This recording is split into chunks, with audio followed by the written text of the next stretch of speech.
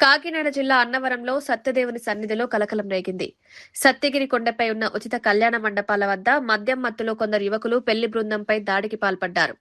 రాత్రి 2 గంటల సమయంలో భక్తులు, వివాహ బృందాలతో ప్రాంతం రద్దీగా ఉండగా యువకులు, వాహనదారులు భక్తులతో కావాలని వాగ్వాదానికి దిగినట్లు సమాచారం.